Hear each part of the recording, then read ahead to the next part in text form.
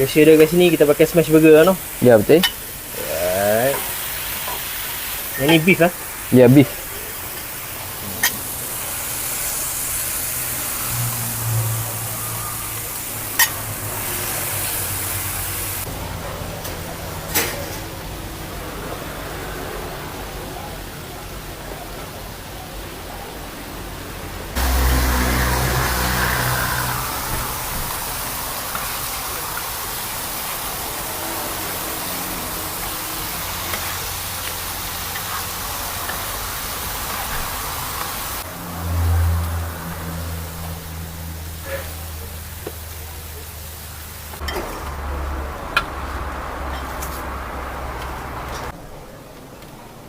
First kita buat sayur lah. Ya, suppose kita buat sayur. Sayur hari-hari yang sayur fresh lah.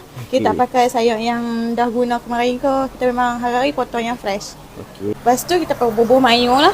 Alright.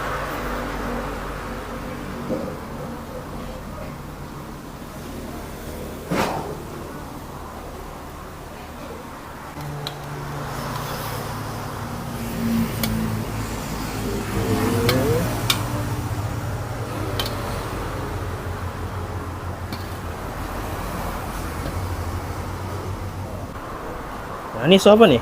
Yang ni sos cheese. Okey. Kalau untuk sos Korea pula kita pakai sos cheese juga. Apa? Tapi kita combinekan dengan sos Korea lah kat atas dia. Okey.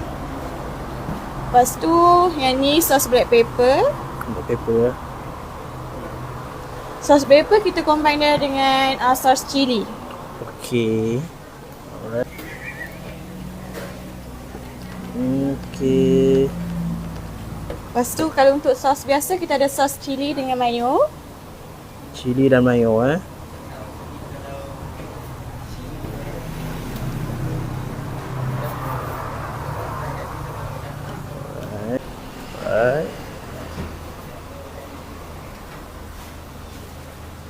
Okay, inilah smash burger budget dengan harga RM6.90.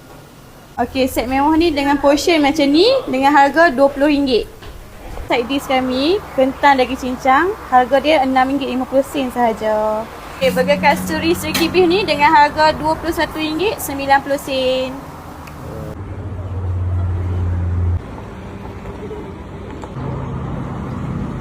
Kedai kami buka dari jam 5 petang sampai 2 malam, cuti hari Jumaat.